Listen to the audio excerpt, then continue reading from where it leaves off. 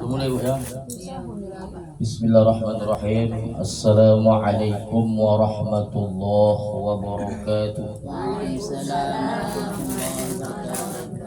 Alhamdulillahirabbil alamin. Wal 'aqibatu lil muttaqin wa la 'udwana illa 'alal zalimin. Asyhadu an la ilaha illallah al-malikul haqqul mubin wa asyhadu anna sayyidana Muhammadar Rasulullah as-sadiqul wa'dil amin. Allahumma fassalli wa sallim wa karrim ala sayyidina Muhammad wa ala ali sayyidina Muhammad. Amma ba'd, qala Allah ta'ala Rabbi shrah li sadri wa yassir li amri wahlul 'uqdatam min lisani yafqahu qawli yafqahu qawli. Wa qala Allah ta'ala subhanaka la ilma lana illa ma 'allamtana innaka antal alimul hakim. Wa qala Allah ta'ala rabbana zidna ilma wa amalan sholihan. Rabbi zidna ilma fahma. Wa qala Rasulullah sallallahu alaihi wasallam man kharaja fi talabil ilmi fa huwa fi sabilillah. Sadaqallahul azim wa sadaqa rasuluhun nabiyil karim. Wa nahnu ala dzalika minasyahidin wasyakirin walhamdulillahi rabbil alamin. Ibu-ibu yang dirahmati Allah Subhanahu wa taala, kita bersyukur di atas segala nikmat yang telah diberikan Allah kepada kita. Nikmat apapun itu kita pantas bersyukur, karena dalam riwayat dikatakan waja'alnakum waja'alnahum. Jadilah kamu, jadilah mereka, kita inilah hamba Allah, abdan syakur, hamba Allah yang pandai bersyukur. Maka fattaqullaha la'allakum tashkurun. Maka bertakwalah kamu. Buah dari takwa itu bersyukur. Seterusnya ibu-ibu yang dirahmati Allah, mari kita perbanyak sholawat dan salam kepada Rasulullah sallallahu alaihi wasallam. Mudah-mudahan nantinya kita tergolong umatnya yang mendapatkan syafaatul uzma di yauma la yanfa' malun wala banun illa man atallaha biqalbin salim. Amin ya rabbal alamin. Ibu-ibu yang dirahmati Allah Subhanahu wa taala, tentunya yang sama-sama kita hormati pengurus daripada perwiridan Yasin kita ini, juga seluruh jamaah sama-sama yang kita hormati adalah sahibul bait yang tiba gilirannya di rumah ibu ini kita berwirid Yasin sekaligus taklim. Mudah-mudahan insya Allah apa yang disampaikan nanti bermanfaat kepada kita semua. Terutama hari ini kita sudah berada di penghujung bulan Dzulhijjah, termasuk bulan yang dimuliakan Allah. Minha arba'atul hurum. Nah, ada fotokopi. Coba dulu sesekali kita bahas, karena adanya kan fotokopi ini dikasih, tapi sampai rumah dimainkan cucu jadi pesawat-pesawatan ya kan. Ya, saya fotokopi ini 50 orang. 50 lebih. Kau tak cukup juga. Tak tahulah jang. Ini itulah kekuatan dana saya. Lebih lagi tadi sampai 50. Kalau ini jangan kamu ambil ya. Ini aslinya bayar. Ya, ini masih apa namanya, tulisan apa tadi bilang, tulisan emas dari almarhum Allah yarham al-Ustaz Haji Sahlan Sitorus Bihe, guru saya dan mantan ketua umum kami di MPI. Beliau begitulah, kalau udah ilmu itu bermanfaat. Udah lama dia meninggal, tapi ilmunya tetap kita pakai. Dan kami murid-muridnya tak ada niat kami jahat, ya tak kami ganti namanya. Kan? Padahal kalau saya kira diganti nama malim ini tak protes dia, tak mengamuk dia kan. Karena dia tak tahu. Assalamualaikum, mai mengaji aku bang lah ya, mengaji, kurang mengaji. Ya, izin ya. Ada pas banyak juga Pak. Jadi ya, untuk jamaah besok ini di Jalan Turang. Pas ini Jalan Turang tak pala banyak jamaah besok. Oh mondong ya, aku tongki mondong 3 kamu. Nah ibu-ibu yang dirahmati Allah, oleh karena itu sebagai murid yang beradab, walaupun ibu-ibu mungkin jamaah pernah juga mendengarkan ceramah beliau, mengaji sama beliau, ataupun tak pernah, yang namanya ilmu itu bertawassul, salsalah turun temurun.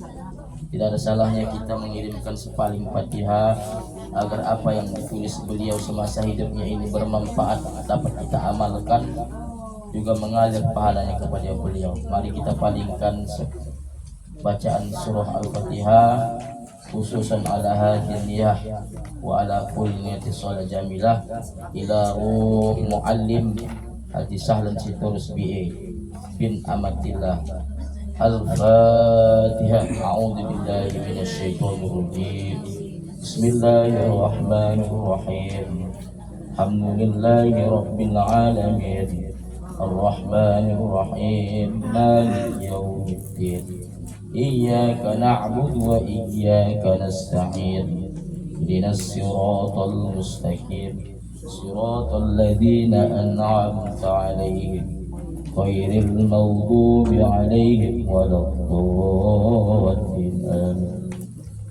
Ibu-ibu yang dirahmati Allah Subhanahu wa taala, kalau saya lihat tadi kalender, antara beda-beda kalender kita, hari ini sudah berada kita di tanggal 22 Zulhijjah, betul?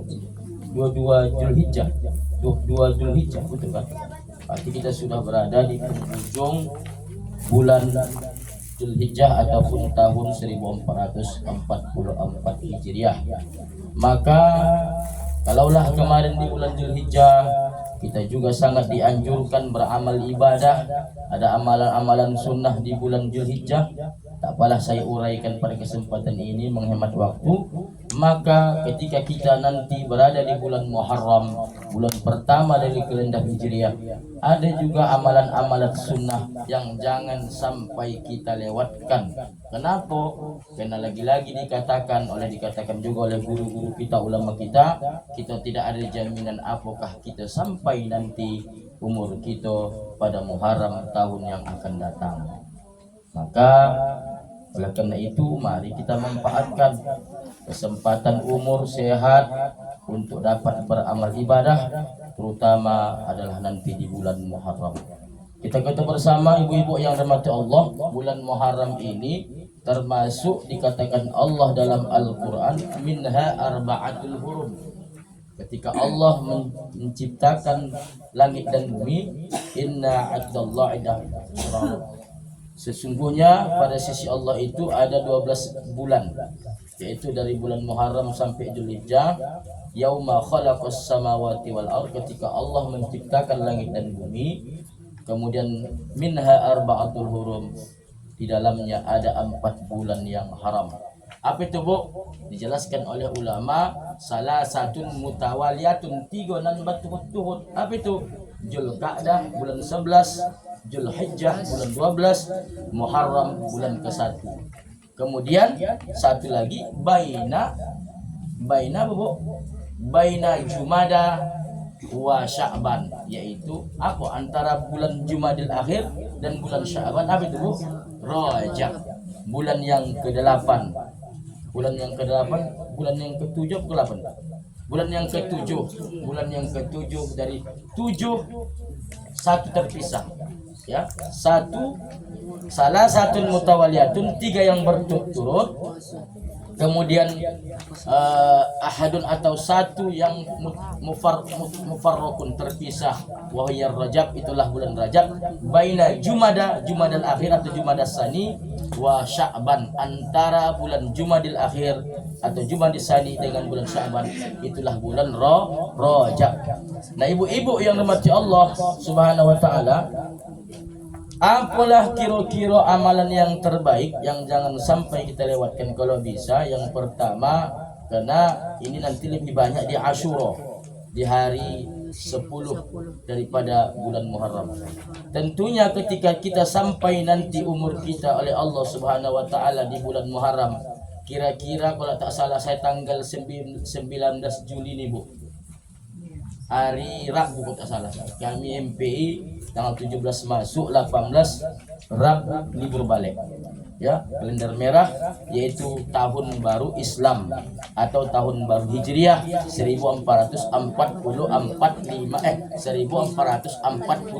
Hijriah masuk kalender. Maka apa yang kita lakukan Ustadz? Ketika Bu pergantian kalender Hijriah ini, udah tahu Ibu kan, itu terjadi maghrib. Maka sebetulnya nanti malam Rabu begitu maghrib itu sudah masuk 1 Muharram 1445 Hijriah.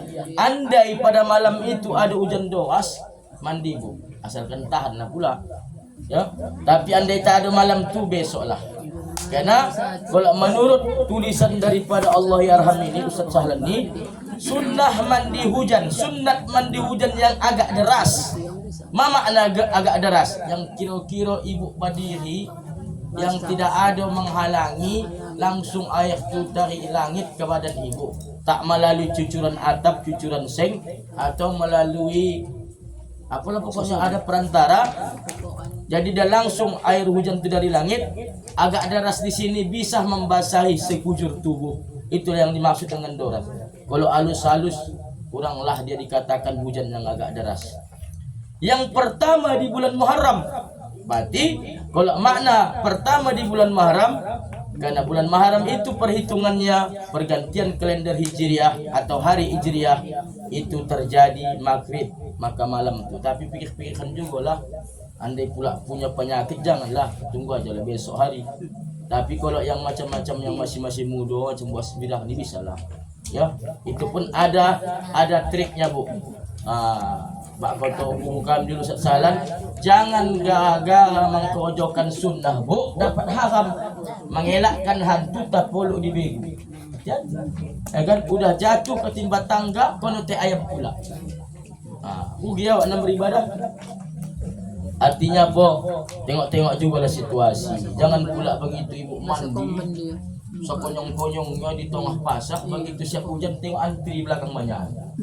Hati-hati.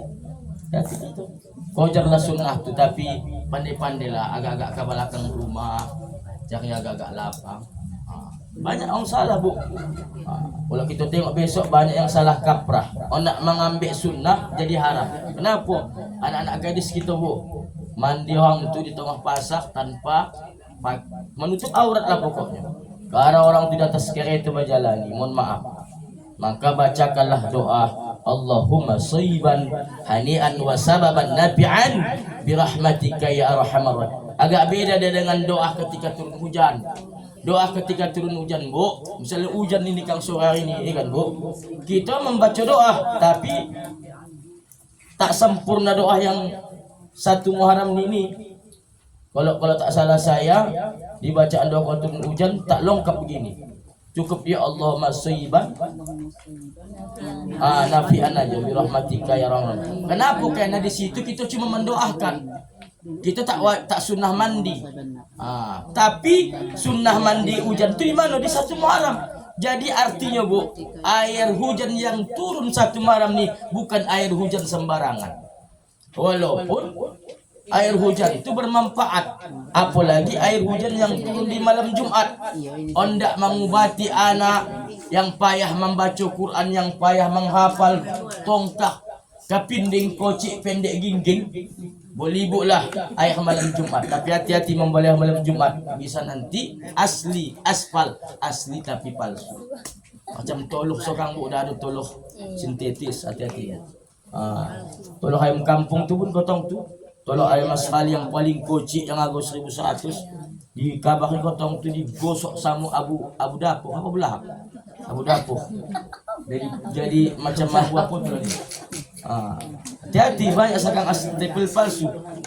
Jadi kalau ndak bisnis begitu Bu, cobalah buat di Facebook menyediakan air malam Jumat. Itu sahaja Bu.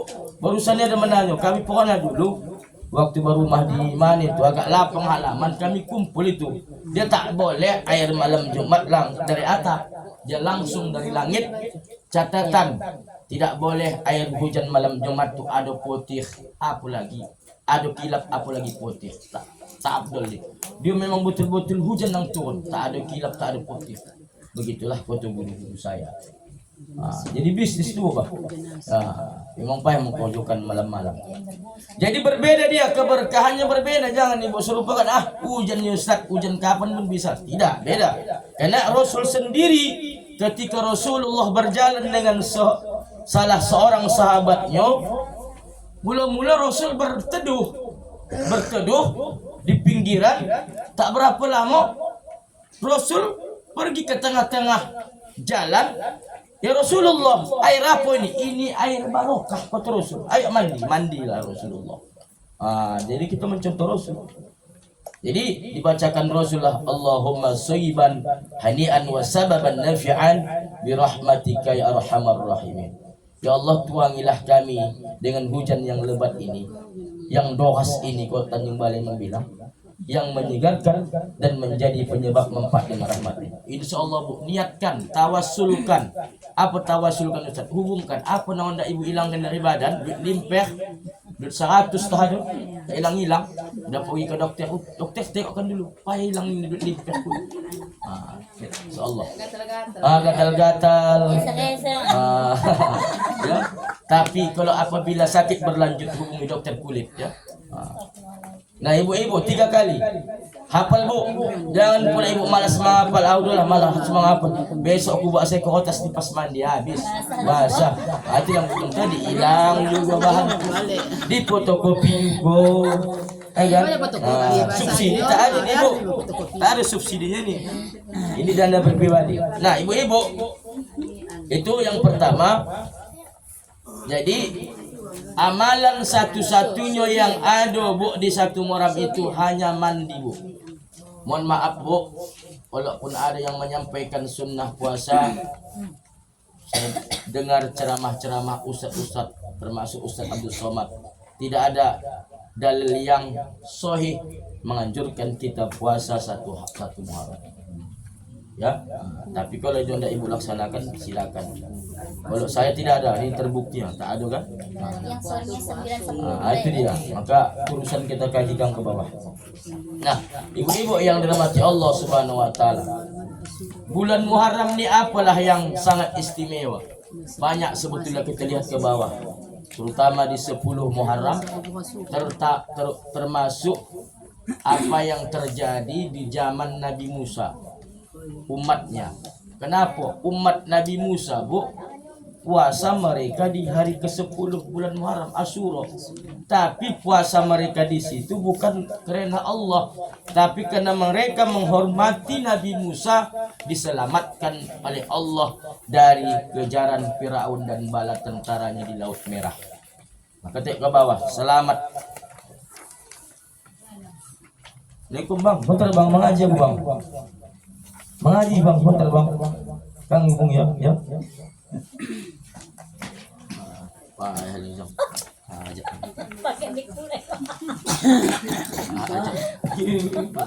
Nah, mengapa begitu Bu? Karena apa kata Rasul? Ya Rasulullah, umat Nabi Musa puasa dia 10 Muharram. Apa kata Rasulullah? Nahnu ahaqqu bi Musa minhum. Kita lebih berhak daripada mereka. Selengkan orang Yahudi Bu, mereka puasa Asyura karena menghormati Nabi Musa, diselamatkan Allah dari kejaran Firaun laknatullah alaih. Apalagi kita kata Rasulullah, karena Nabi Musa itu termasuk nabi yang wajib kita imani. Betul? Maka kita lebih berat. Cuma kata Rasulullah, lihat Bu, sumu yauma Asyura wa khaliful yahud, puasalah kamu di bulan Asyura, tapi kalau bisa bedakan yo dengan orang Yahudi. Mengapa ya Rasul? Orang Yahudi itu cuma mereka berpuasa di hari ke-10, itu pun tujuannya hanya bersyukur selamatnya Nabi Musa dari kejaran Firaun. Kita kan tidak. kita mengapa puasa? Di samping kita juga mengingat perjuangan Nabi Musa, tapi ini anjuran Rasulullah Sallallahu Alaihi Wasallam. Karena segala sesuatu yang disampaikan oleh Rasulullah itu adalah merupakan hadis, dan hadis itu sunnah kita amalkan. Ya, termasuklah perintah kemarin berkurban. Yaumang qablahu wa yaumang ba'dahu. Kalau bisa bu 9, 10, 11. Ya, kapan itu Ustaz? Kalau saya tengok kalender, ya, tengok kalender, tanggal 27, 28, 29 Juli. Ya, 9, 10 ya. minimal 1 hari lah. Tapi walaupun anda kita mengikut Rasul. Nah, ibu-ibu yang dimati Allah, mengapalah kita ada momen-momen setiap bulan itu puasa. Kemarin Zulhijjah kita disunahkan puasa hari pertama Zulhijjah sampai 9 tambah imsak di 10 Zulhijjah atau 1 Idul Adha. Kembalinya pulang dari salat Id. Kenapa? Syawal Zulqa'dah pun sebetulnya disunahkan kita puasa, tapi tidak ada khusus. Yang ada perbanyak puasa Senin Kamis atau Ayyamul Bid, ya kan? Kemudian di Syawal kita disunahkan puasa 6 hari di bulan Syawal. Kenapa puasa dan puasa-puasa terus? Karena betul lagu. Menurut orang-orang Barat, ini orang-orang Barat meneliti bu. Barat ini adalah orang Barat, bukan Batak Ranto, ya. Karena mengapa? Menurut orang siapa yang onda awet muda, mereka ada namanya terapi fasting. Apa maknanya itu Ustaz? Bahasa apa itu? Yang jelas ini bukan bahasa Sungai Londir, ini bahasa Inggris. Yaitu terapi mengkosongkan perut minimal 8 kali dalam sebulan. Onda awet muda ibu, amal kalian 8 kali minimal dalam sebulan perut dikosongkan. Artinya apa? Tak makan, tak minum. Cuma orang tu tak ada tentu harinya. Jadi menurut penelitian orang-orang Barat tadi bu, siapa yang dalam sebulan 8 hari dia mengkosongkan perut, itu namanya terapi fasting, maka dia akan awet muda. Kenapa? Setelah diteliti makanan sekarang tak ada jaminan bu. Tengoklah ikan nasin sampai keluar biji mata juga gak dipermalin, ya kan? Siapa yang suka ikan nasin sini? Hati-hati, ikan nasin yang tak dihinggapi lalat. Hati-hati, bukan itu ikan nasin yang terbaik, tapi ikan nasin yang dikubingi lalat itu yang terbaik. Kenapa? Dia tak pakai formalin. Bayangkan ibu, lalat saja tak sudi sama formalin. Makanya sekarang banyak penyakit bu, apa namanya, kanker. Kanker darah. Tiba-tiba sudah diperiksa, ibu kena kanker darah. Ujung-ujungnya cuci darah. Ibu dah kena kanker stadium 4. Batang kusang penyakit. Itu tadi. Karena sekarang ni segala makanan formalin. Ya kan bu, formalin dulu saya tahu ada formalin mayatnya. Sekarang ikan di formalin. Hati-hati kita orang. Sekarang kabarnya tadi balik ni, semenjak payah ikan mendatangkan ikan dari Jawa. Dibawalah pakai mobil yang apa nih bu, freezer, 1 bus besar. Itu bukan es saja di dalam, di formalin. Murah pula ketong tu. Di sana 7.000 dapat sekilo. Ibu jual kamari toke-toke si cipit matu 20.000. Apa tak kaya orang. Hati gitu. Tapi lebih paten lagi bu, kata Rasulullah, apalah puasa yang terbaik Rasulullah? 15 hari kosong perut selama sebulan. Itulah puasa Nabi Daud.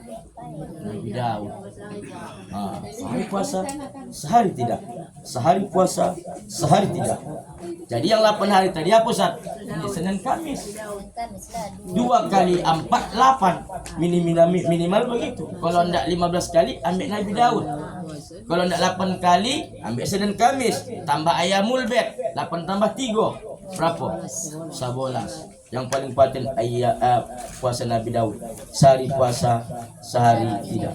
Maka bu, cerita orang Barat ni kalau kita kaji-kaji lah, mengapa Nabi 21 abad yang lalu sudah berbicara tentang summu tasihu, puasalah kamu agar kamu sehat.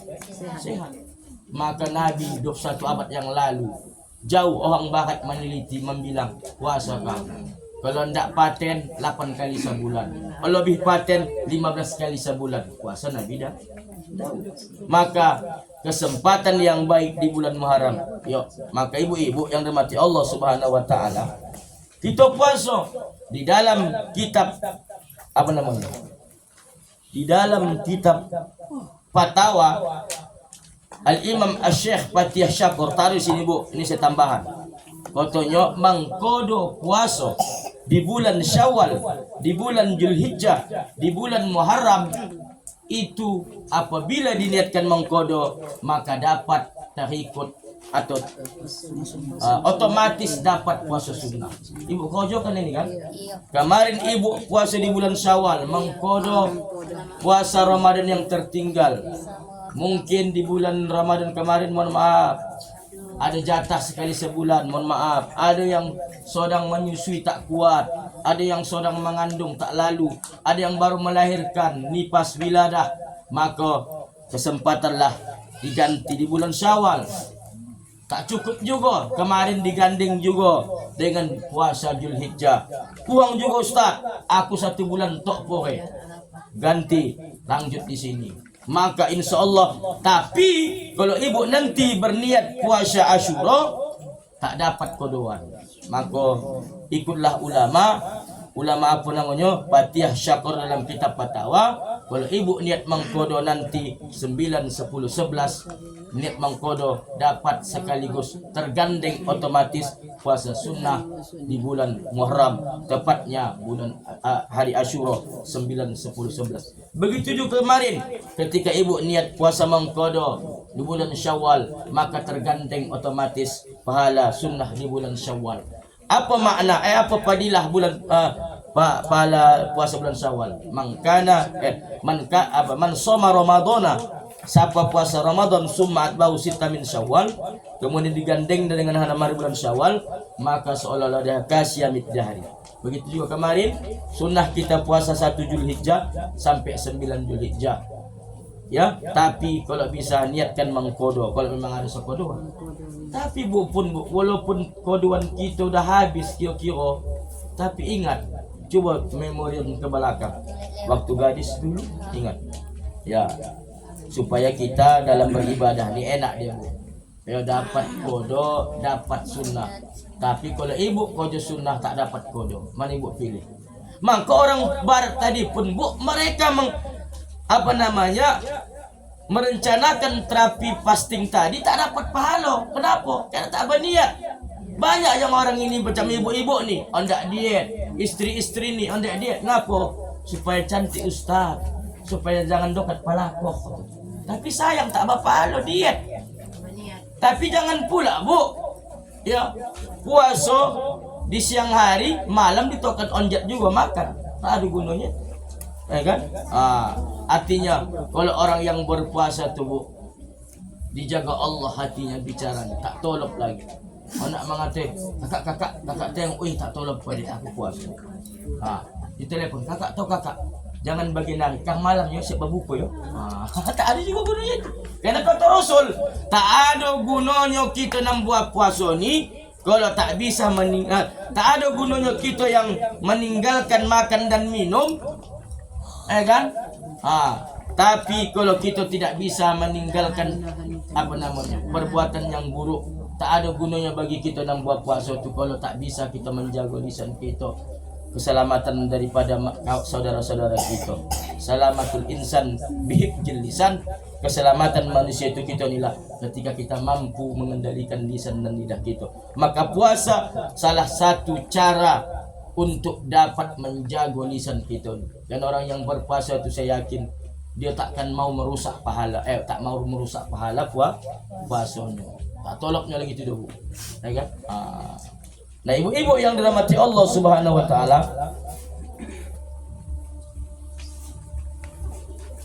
maka sampaikanlah kepada anak-anak gadis kita, ya, sabontah lagi ondak puasa Asyura. Ada kodoan kau tinggal, ada mangko ayo lah. Sama-sama kita, ibu jangan nak pandai menyuruh saja, ibu tak kojokan. Sama-sama kita, kalau ada nanti tinggal puasa kita mengkodok, tetapi insya Allah itu kata Rasulullah, pendapat Imam Fatihah Syakor tadi dalam kitab fatwa ulama Asy-Syafi'iyah katanya apabila kita nanti 9, 10, 11 niat qada Ramadan, puasa Ramadan, maka otomatis puasa Asyura sudah tergandeng, dapat kita juga pahalanya. Daripada kita khususan niat puasa Asyura 10 di bulan Muharram ya, atau tanggal 10 Muharram atau 9, 11 tambah tadi, hendak membedakan dengan Yahud, orang Yahudi, Khaliful Yahud, maka tidak dapat kita pahala mengkodo atau tidak terganti kodoan puasa kita. Mana ibu pilih? Lebih baiklah ibu kodo. Maka ada bilang, aku tidak lajang. Ya mengkodo puasa kapan-kapan aja bisa katanya. Tak begitu pula. Kan adanya jalan pintas ondak ke Medan. Kan? Tapi awak ambil jalan yang jauh. Kan bodoh itu. Itu. Ada jalan pintas ondak ke mana lagi? Ke Tolu, anda ambil jalan jauh. Ini sini kau copot tiket ondak kau nak jalan jauh. Lagi. Ada jalan pintas sekali kau dapat 2 ibadah, bahkan dapat 2 pahala. Ondak jalan yang mendapatkan cuma 1 pahala. Maka beribadah itu memang harus berilmu. Fa'lam annahu la ilaha illallah. Maka harus berilmu gitu memang. Makanya wajarlah kata Rasul, al-amal bila ilmin a'maluhu mardudatun la tuqbalu. Beramal kalau tak didasari ilmu, amal tertolak tak diterima. Hati-hati gitu. Belajarlah. Ocik kenapa puasa? Tak tahu aku. Begitu nenek moyangku dulu puasa. Bilang kena mak puasa. Mengapa ocik rasa tak tahu? Bilanglah. Menurut hadis. Kenapa ketika Rasulullah ditanya, ya Rasulullah, apanya padilah puasa Asyura itu? Yukaffirus sanati madiatan. Tahukah dek, puasa di bulan Muharram itu atau 10 Asyura nanti, kalau nak ditambah 1 sebelum 1 sesudah boleh, anak tunggal pun boleh. Itu kata Rasul dapat dapat menghapus, dapat mengkafarah dosa-dosa setahun yang lalu. Itu akak ayo dapat mentipik dosa kita tahun. Iya, tapi ketentuan berlaku dosa yang kecil. Itu kan enak kan Bu? Kemarin bulan Zulhijjah kita puasa Arafah, apa padilahnya Bu? Ditanya oleh sahabat, ya Rasulullah, su'ila man soma Arafah, apanya padilah puasa Arafah? Apa kata Rasulullah? Dah sampaikan Bu, yukaffirus sanataini, dapat melebur dosa 2 tahun, madiatan wa mustaqbilatan, dosa setahun yang lalu, dosa setahun yang akan datang. Ibu kemarin Bu puasa Zulhijjah, puasa Arafah, kalau ibu tambah lagi dengan tarwiyah, itu Bu dosa ibu setahun yang lalu, setahun yang akan datang sudah kono delete Allah Ta'ala. Tapi topuk dado tanya iman lah. Macam mana puasa ibu kemarin waktu Arafah? Kan potongnya ibu puasa tapi gahang tak tinggal. Boleh pagi memang tak mau jadi untungnya kamu nampak kamu mak puasa. Tak bisa kamu disuruh ayah kau lagi satu. Efek semua Bu. Apalah gunanya? Tapi kalau memang betul-betul pula hari itu kita yang berpuasa itu standarnya, maka insya Allah dapatlah mengkafarah dosa kita. Ini pun begitu juga. Maka kena makna dari puasa itu menahan hawa dan nafsu, bukan hanya lapar dan dahaga, tetapi juga menahan diri. Sabah. Ada yang Bu sabah koyo tunggu ajan maghrib. Ada juga pun. Nak diajak tetangga dia bakalai. Tunggu kau ajan maghrib pun. Kalau tak pu jambak kau tak si jambak nanggu. Kena betul siang hari kita menahan puasa, menahan hawa nafsu. Kalau bisa di malam hari pun begitu. Sampai kapan pun. Itulah makna puasa. Nah, ibu-ibu yang dirahmati Allah Subhanahu wa taala. Apalagi amalan-amalan di malam ini kata Rasulullah sallallahu alaihi wasallam, man wassa'a, siapa yang mempunyai keluasan rezeki. Ini Bu berlaku sebetulnya hadis ini untuk siapa yang mencari nafkah di keluarga tuh. Kalau dua-dua lah pula. Kalau misalnya ibu kerojo juga, ibu pun ikut juga.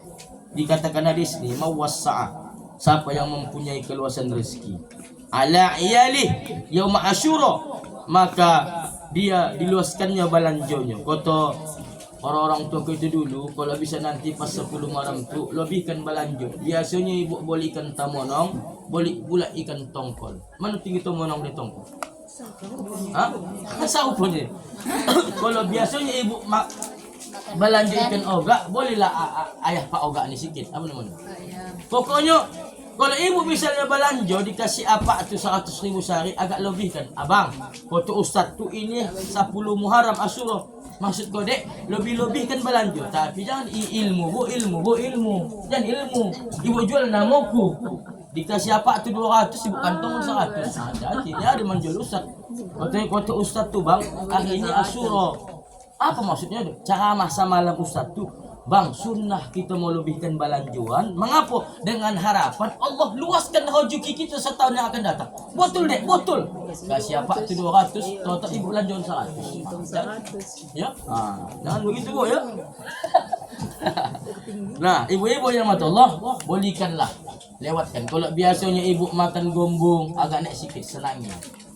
Biasanya apa lagi? Sencawu untuk keluarga.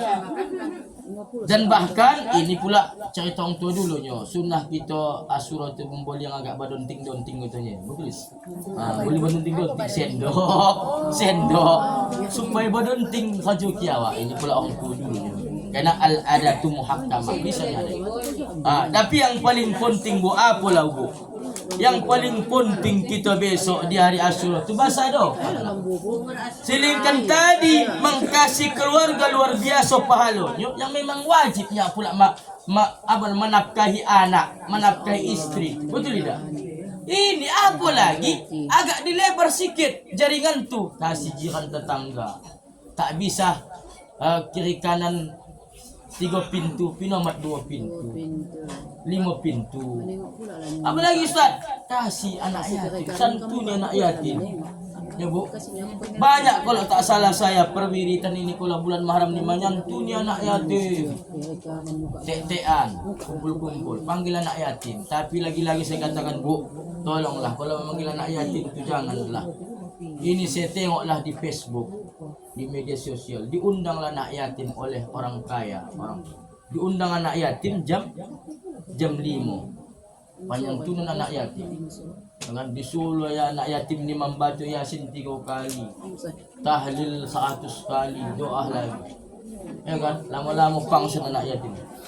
Capek 3 kali belum lagi selesai, begitu tahlil tak singkaplah talam ni oleh kipas angin, ditengoknya alah mi pula ni. Janganlah disiksa anak yatim. Kalau bisa betul-betul. Makanya nanti di Asyura itu bu, sunnah kita menyapu kepala anak ya. Jadi jangan kepala ayah anak yatim, kepala anak yatim. Apa macam kaki ini, jangan kepala mak anak yatim bajai nanti. Karena anak yatim ini kan didampingi omaknya. Salah rupanya haji itu siapa yang kepala anak yatim? Omak anak yatim. Apa mana dia? Bukan ini. Ya.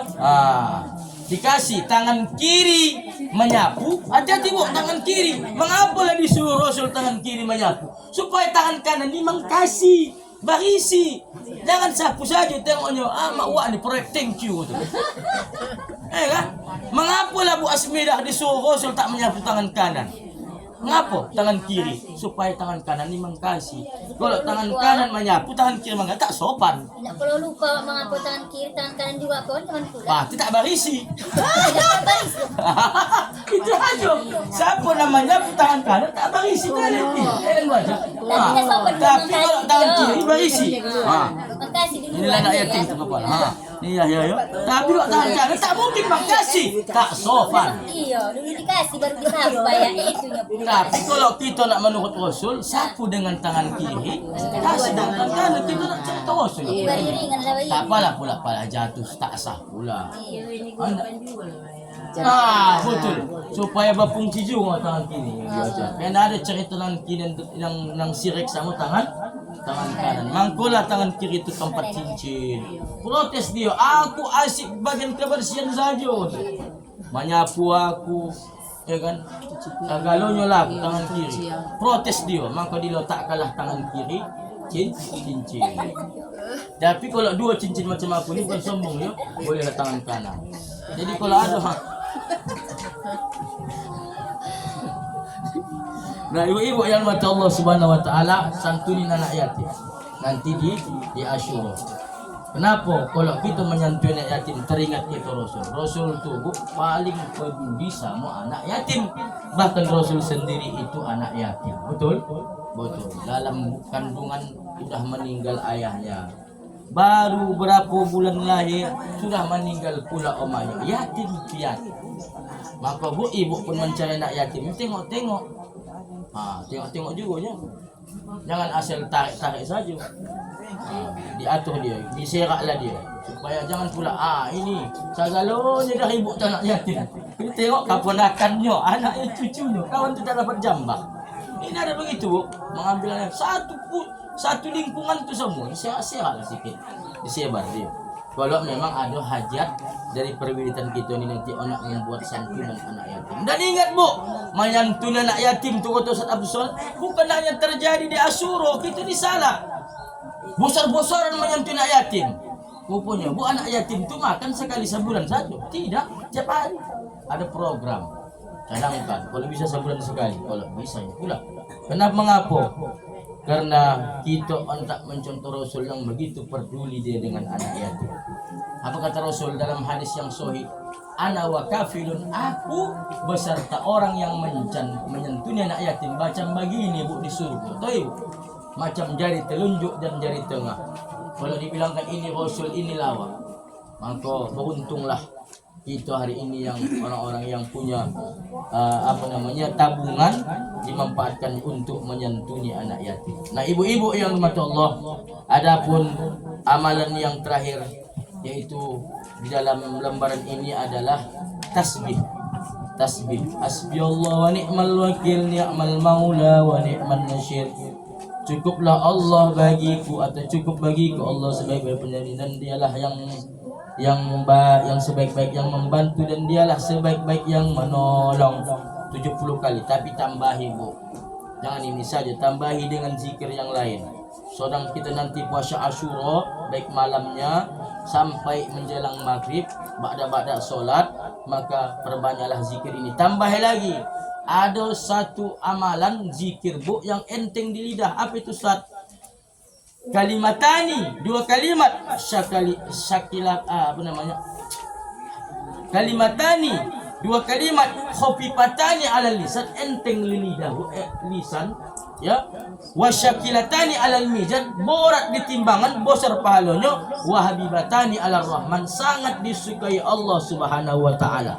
Apa itu? Subhanallah bihamdihi subhanallahil azim.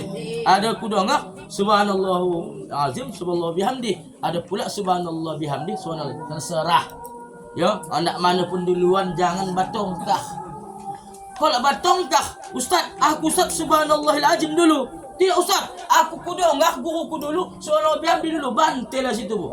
Anda subhanallah bihamdi wa bil azim, anda subhanallahil azim wa bihamdi. Silakan. Kan bu, betul kan? Mana duluan? Kalau ibu mana duluan? Subhanallahil wa bihamdi, apa subhanallah bihamdi wal azim? Di Majmu' Syarif dan lagi di kitab Dialami dan lagi.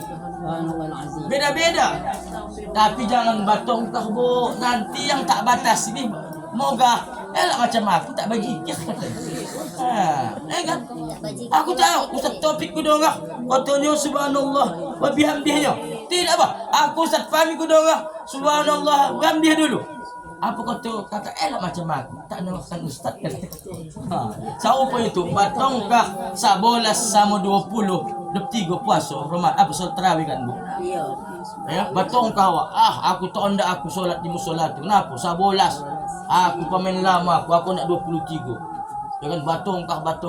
Apa kata ocek-ocek tak solat? Macam aku tak solat tarawih kan? Batongkah kunut sama tak kunut. Yang mogah tak solat subuh. Kan bu, kita sibuk khilafiyah bu. Ya, mau rajin ya. Cepat. Tambahlah bu, subhanallah lebih. Itu enteng di lidah. Apalah pala susahnya bu. Subhanallah bihamdi subhanallah. Itu yang paling bagus. Ajan dulu. Dengar kata dia.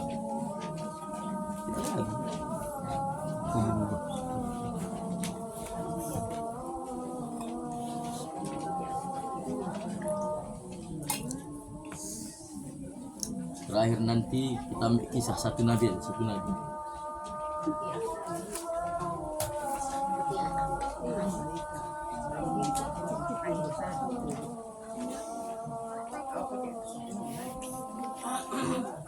Allah.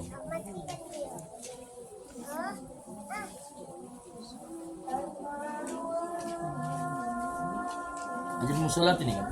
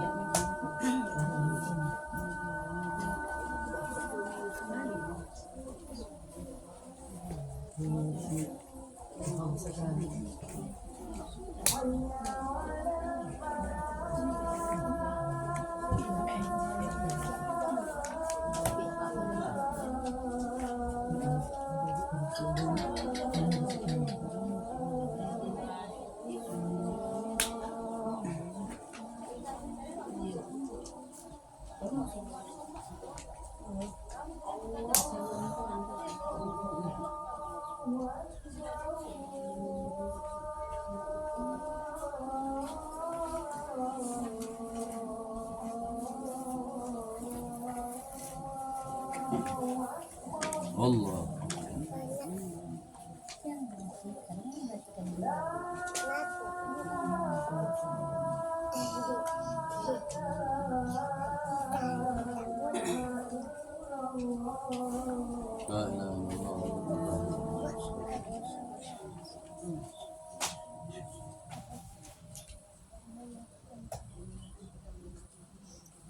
Sedikit lagi Bu, ini supaya jangan terpampang saya di bawah nih, yang 20 nih, termasuk yang sampai 12 itu kan Bu.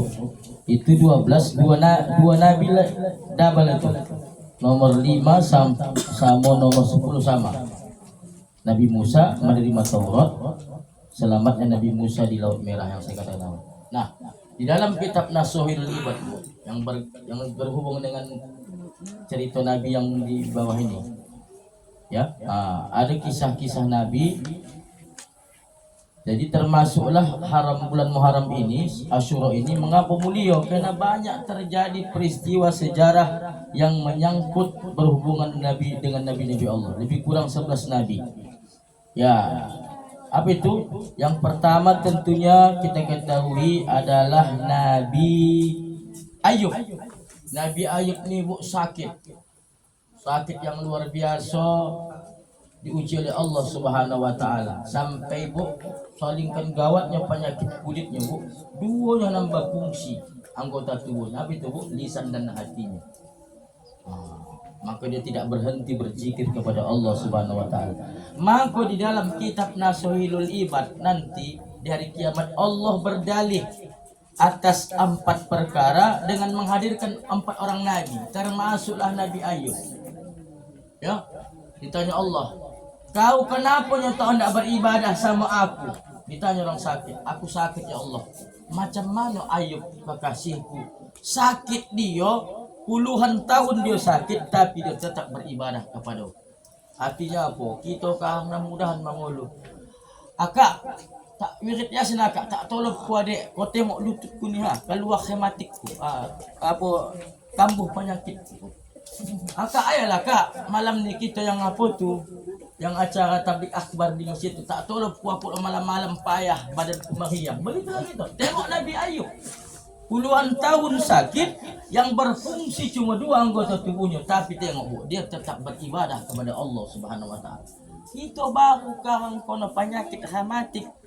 Udah payah gitu, tak tahu lah gitu. Berdiri pun payah. Udahlah kau sajalah, nanti lah itu. Dah selesai.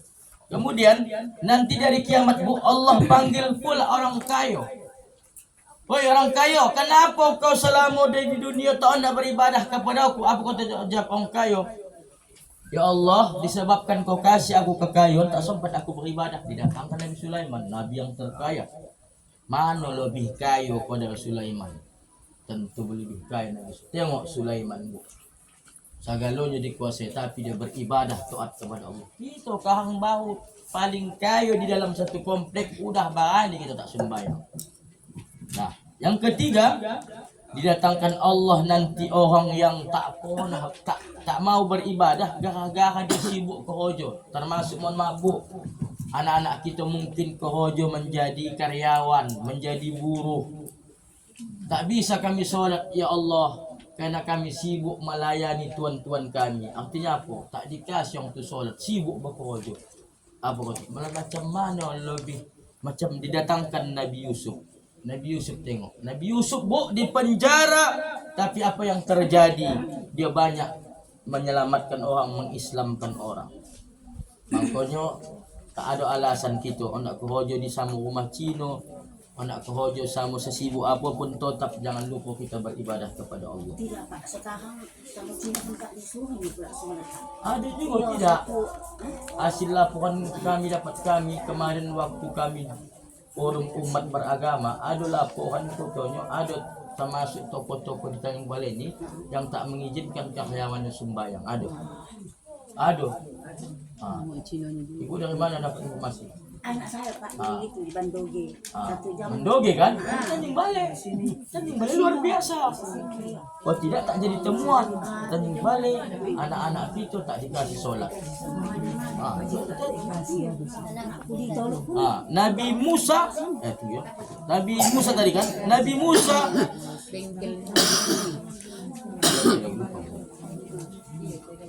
Nabi Ayub tadi sakit. Nabi Sulaiman kaya. Nabi Musa, Nabi Yusuf dia di penjara. Ya, bayangkan dia di penjara dia. Nabi Musa, ada satu lagi Nabi Musa.